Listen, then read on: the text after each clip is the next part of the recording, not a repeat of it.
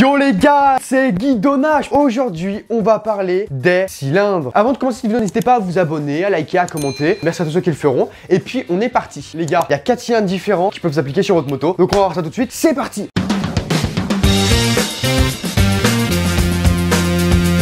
Donc du coup, pour commencer, pour vous expliquer un peu comment ça fonctionne, un peu tout ça, les différents cylindres, en fait, il faut savoir que vous avez 4 cylindres différents. Vous avez une moto qui peut avoir en fait entre 1 et 4 cylindres. En fait, ça peut être contrairement par exemple aux voitures. En fait, les voitures elles peuvent avoir de 3 jusqu'à un V12, des moteurs vraiment avec plein de cylindres. Mais les motos, en fait, elles sont limitées déjà à 4 cylindres maximum parce que déjà au niveau du poids, il faut quand même pouvoir la bouger. Une moto, c'est sur 2 roues, donc c'est beaucoup plus compliqué à manier à l'arrêt. Il faut que ça tienne aussi sur le cadre en fait, parce que le cadre il est pas super large. Une voiture, vous avez un cadre comme ça, mais le cadre de la moto, il est comme ça, tu vois. Donc il peut pas forcément avoir beaucoup de place, tu vois. Après, évidemment, il y a des exceptions. Il y a des moteurs qui sont plus gros, mais généralement, en fait, les boîtes à air, ils vont les ressortir un petit peu parce que justement, ils ont pas trop la place. Mais généralement, on va dire, on va se limiter au niveau de cette place-là. Donc, grosso modo, les moteurs, ils vont pas être très gros, quoi. Vous avez de 1, 2, 3 et 4 cylindres. Ces cylindres, on va dire, ils ont une utilité spéciale. Chacun va prendre par rapport à son goût. Par exemple, il y en a, ils vont prendre parce qu'ils ont envie de faire des wheelings, par exemple. Donc, ceux-là, ils vont prendre un mono ou un bicylindre parce que c'est des moteurs beaucoup plus nerveux. Ou par exemple, il y a d'autres qui veulent faire plus de la route, donc ils vont prendre un 4 cylindres. Donc, en fait, ça va dépendre vraiment de chacun de ce qu'ils vont vouloir. Ça va vraiment dépendre de l'envie de chacun sur son type d'utilisation de moto, tu vois. Moi, je sais par exemple que je prendrais pas un 4 cylindres parce que c'est pas vraiment le truc qui m'intéresse, parce que le 4 cylindres, c'est vous avez en fait la puissance qui va être surtout en haut des tours. Du coup, c'est surtout des moteurs qui vont être pour faire par exemple de la route. Ça va être vachement bien pour de la route. Mais moi, par exemple, ce que j'aime bien, c'est des moteurs qui vont être joueurs parce que moi, j'aime bien m'amuser en moto. Donc, je vais prendre plutôt par exemple un monocylindre ou un bicylindre. En monocylindre, vous avez la 690 qui est un très bon moteur. C'est le plus gros des moteurs. D'ailleurs, on a fait une présentation, je vous la mets là.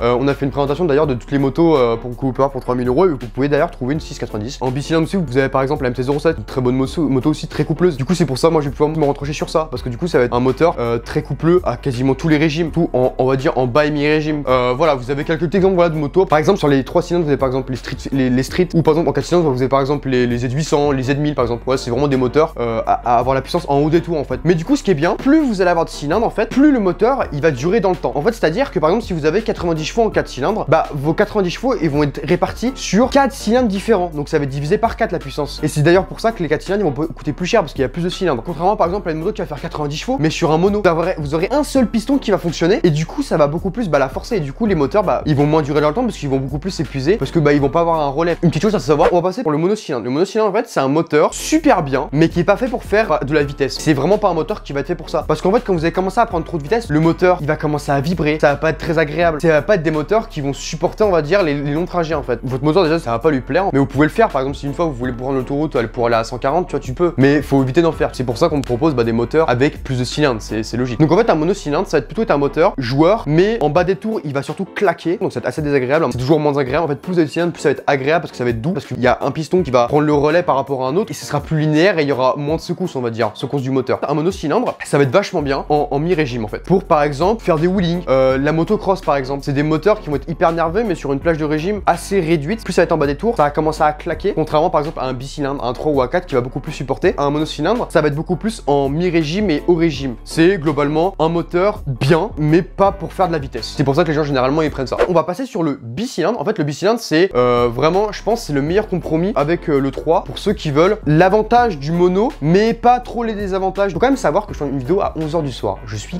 claqué. C'est bon. Donc en fait du coup le bicylindre il va être vachement bien parce qu'en fait il va allier l'avantage du mono et il va enlever les désavantages en fait. Mais bien sûr il va quand même avoir moins de couple logique. Vu qu'il y a un 2 cylindres ils vont pouvoir moins mettre de couple que sur un mono. Car un mono il va directement être à fond et vous allez pouvoir beaucoup plus bombarder tu vois. Du coup le bi à bas régime j'en parle en connaissance de cause parce que par exemple j'ai passé mon permis A2 sur une CB500 donc c'est une moto plutôt bien, pas une moto trop nerveuse mais elle est assez confortable, assez agréable. Le bicylindre c'est vachement bien parce qu'en fait en bas régime ça va pas trop claquer, ça va être assez linéaire, bien moins que par exemple à un 4 cylindres par rapport à un monocylindre qui va être beaucoup plus nerveux, beaucoup plus claqué. Quand je dis vraiment claquer c'est que ça va vraiment vibrer et vous risquez vraiment de beaucoup plus facilement caler en fait. Plus vous avez de cylindres et moins vous avez de risque de caler, c'est logique. Du coup le bicylindre en fait il est vachement bien parce qu'en fait c'est un moteur qui va pouvoir permettre de faire par exemple de l'autoroute, qui va beaucoup mieux supporter l'autoroute mais qui allie aussi le plaisir du wheeling. Pour ça comme exemple parce que les gens ils aiment bien souvent faire des wheeling, route de campagne, des choses comme ça. Ça va être un moteur qui va pas forcément être très lourd, qui va être relativement proche du monocylindre mais qui va pouvoir allier justement l'avantage du mono et l'avantage du 4. C'est-à-dire que vous allez pouvoir faire quand même de l'autoroute mais bon qui va pas quand même être aussi adapté qu'un 4 cylindres bien sûr, mais qui va être quand même vachement bien pour pouvoir faire de l'autoroute, qui va pouvoir vous permettre d'avoir pas mal de coups, pas trop claquer en bas des régimes, pouvoir bien vous amuser, et ça va être relativement assez bien, voilà. On peut passer du coup sur le 3 cylindres, qui va être un moteur, vraiment je pense que c'est aussi bien qu'un bicylindre, mais le problème c'est que par exemple en jeune permis, du coup en fait le 3 cylindres ça va être vraiment un bon moteur aussi, qui va être hyper bien, qu'on va retrouver beaucoup moins sur les motos, plus retrouver des 4 cylindres ou des bicylindres. Vous allez pouvoir principalement retrouver des 3 cylindres sur par exemple la MT-09 ou sur des streets, qui va être globalement assez présent. Globalement c'est assez rare, pourtant c'est vachement bien. Le 3 cylindres en fait, ce qui est vachement bien, le 3 cylindres va être vachement bien, mais il va avoir un problème, c'est par exemple pour le permis A2, donc pour le jeune permis, en fait vous êtes limité en puissance donc à 47,5 chevaux. En fait, comme c'est un 3 cylindres donc ça a moins de coups, le problème c'est que vous allez être beaucoup plus bridé que par rapport à un bicylindre, et en fait vous allez le ressentir, c'est comme par exemple un 4 cylindres bridé, c'est hyper mou en fait, parce que le problème c'est que le régime il va être beaucoup plus en haut des tours que par exemple un bicylindre qui va plutôt être en mi-régime quand vous êtes bridé en A2, et bah en fait le 3 cylindres ça va être beaucoup plus en haut des tours, et le problème c'est qu'en haut des tours vous êtes bridé, donc en fait vous n'avez pas toute la puissance et vraiment vous allez vous sentir un blocage, ça va vraiment vous brider, et moi je conseille pas trop de prendre un 3 cylindres quand vous êtes en jeune permis. Après quand vous êtes en jeune permis, la MT-09 par exemple c'est super bien, hein, vraiment un crossplane 3 cylindres c'est excellent, vraiment je vous la recommande, mais vraiment à 200%. Vraiment c'est un super moteur qui est vachement jouable parce que du coup c'est un crossplane, donc c'est un moteur vraiment spécial. Si jamais vous êtes intéressé, n'hésitez pas à me le dire, je ferai peut-être une vidéo dessus. Le 3 cylindres c'est vraiment un bon compromis quand vous êtes pas en permis A2 par exemple, c'est vachement bien en fait, parce que déjà c'est un bon son, c'est une bonne sonorité je trouve, c'est une sonorité qui se rapproche beaucoup du 4 cylindres mais qui est un peu en mélange entre le 2 et le 4, il est vraiment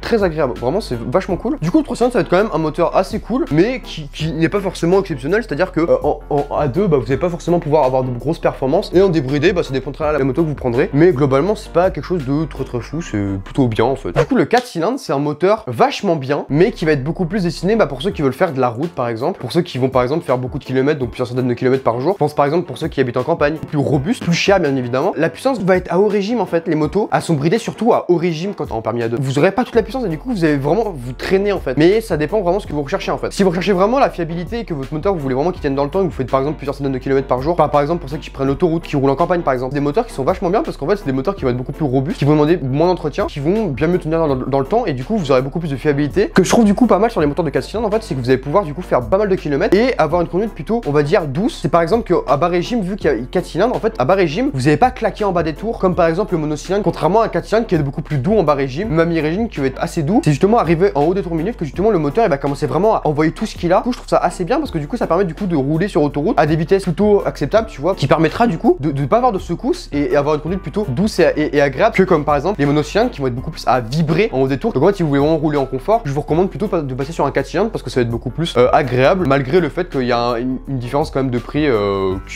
qui peut être assez signifiant pour ceux qui ont un budget assez restreint. Par exemple pour ceux qui veulent vraiment bombarder en campagne ou en ville, vraiment ce que je peux vous recommander c'est de prendre vraiment un monocylindre ou un bicylindre en fonction de ce que vous avez, forcément en fonction de votre coup de cœur sur la moto. Et plus par exemple si vous voulez avoir un bon compromis, par exemple vous pouvez partir sur un bicylindre, plutôt pas mal, bah, du coup pour faire des wheelings, bien s'amuser en ville ou sur route de campagne, pour pouvoir faire de l'autoroute par exemple, pour ceux par exemple il y a des gens qui ont fait des road trips par exemple avec des bicylindres, c'est possible, pas forcément le mieux. Du coup après vous avez bien sûr le 3 cylindres qui va être un bon compromis du coup entre le 2 et le 3 et le 4, du coup qui va pouvoir vous permettre de vous amuser aussi, mais quand même un peu moins parce qu'il va du coup avoir moins de couple. Et par exemple si vous voulez faire, prends toujours l'exemple du wheeling parce que vraiment j'ai que ça comme exemple pour ceux qui s'amusent, vous aurez du coup moins de puissance, c'est sûr, moins de couple, qui va du coup être beaucoup plus en haut des tours. Du coup après vous avez du coup le 4 cylindres bien sûr, comme ce que je viens de dire, c'est plutôt cool, ça vous permet de faire beaucoup plus de la route. Si vous par exemple vous amusez en ville, c'est pas forcément le mieux que je recommande. C'est par exemple, c'est pour ça bien sûr que les grosses motos, c'est pas forcément des moteurs qui sont faits pour rouler en ville. Le problème c'est que moins il y a de cylindres et plus ils peuvent supporter de rouler à basse vitesse, de rouler à grosse vitesse, moins ils vont supporter. Mais du coup c'est pour ça que d'ailleurs que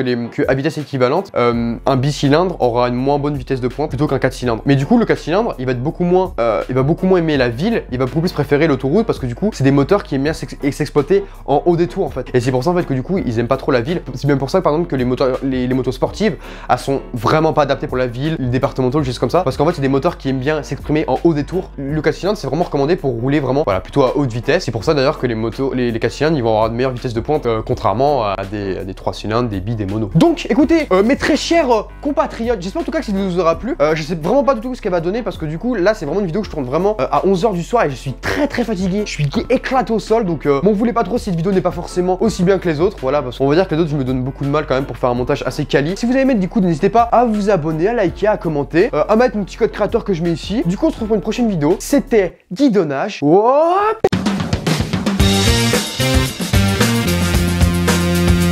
Yamero nasce Maceo. Nasce Macero. Allez, salut gars.